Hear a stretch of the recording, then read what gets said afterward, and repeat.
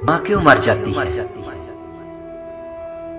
बचपन में जब कभी ऐलान होता फलां की वालदा फौत हो गई है, तो मैं दौड़कर घर आता और माँ के दामन से लिपट जाता।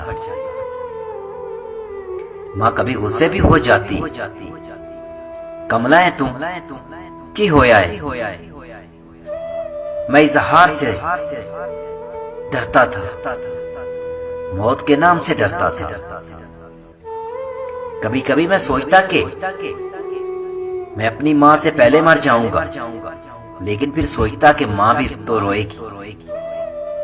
लेकिन फिर अगले ही लम्हे सोचता कि माँ के तो और भी बेटे हैं, मेरे पास तो एक ही माँ है।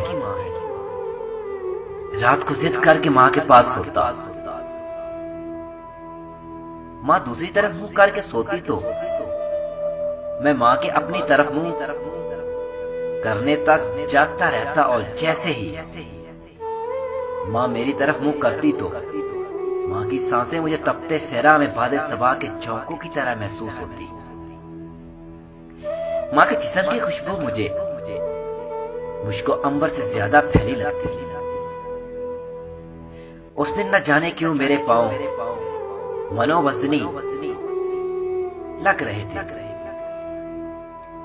माँ मुझे अलविदा कहने दरवाजे तक आई। मैं रुखसत होकर गली की नुक्कड़ मुड़ चुका था, लेकिन मैं दौड़कर वापस आया तो माँ गली की नुक्कड़ के करीब तक आ पहुंची थी।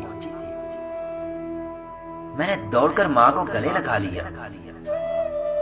आज जैसी बेचैनी मुझे कभी महसूस नहीं हुई थी। माँ ने कहा, जा पुत्र, दफ्तर वाले साहब गुस्से होंगे। आखिरी बात माँ की आज भी मुझे रुला देती है।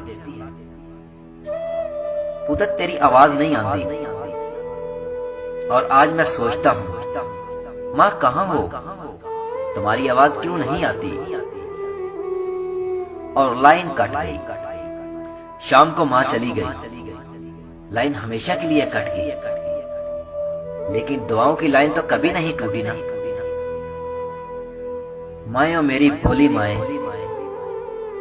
अगर तकदीर इजाजत देती तेरे साथ उतर जाता मैं घूर के कब अंधेरों में।